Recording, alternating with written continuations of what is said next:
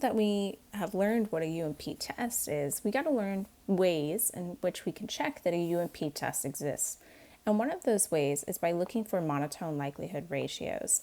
Now, this is the definition of monotone likelihood ratio in your book. It was on 2 different pages, which is why we have this white space. Your book uses this notation over here.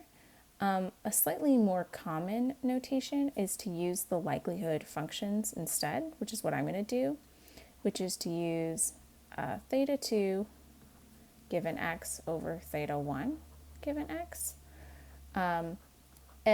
Expression-wise, like these two things are the same, it's just a little bit difference in notation.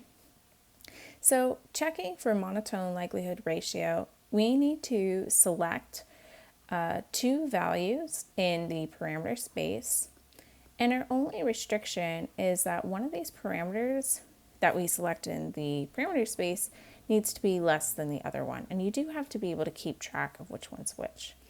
So we'll go ahead and select those 2 arbitrary values. Now we're going to suppose that this ratio of the likelihood of function evaluated with parameter 2 over parameter 1 depends on the data set that we have only through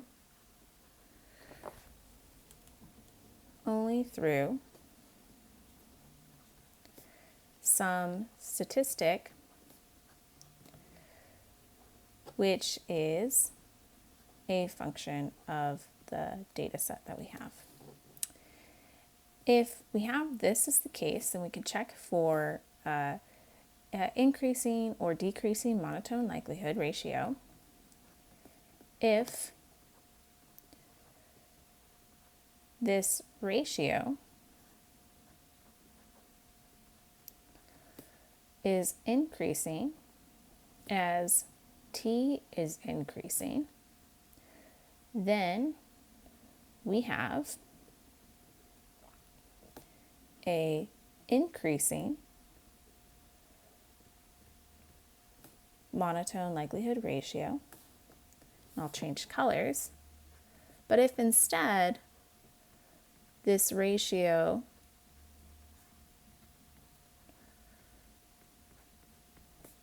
is decreasing as t is increasing, and here it just matters that these 2 signs are flipped, so you could have also said increasing as t decreases, that's fine.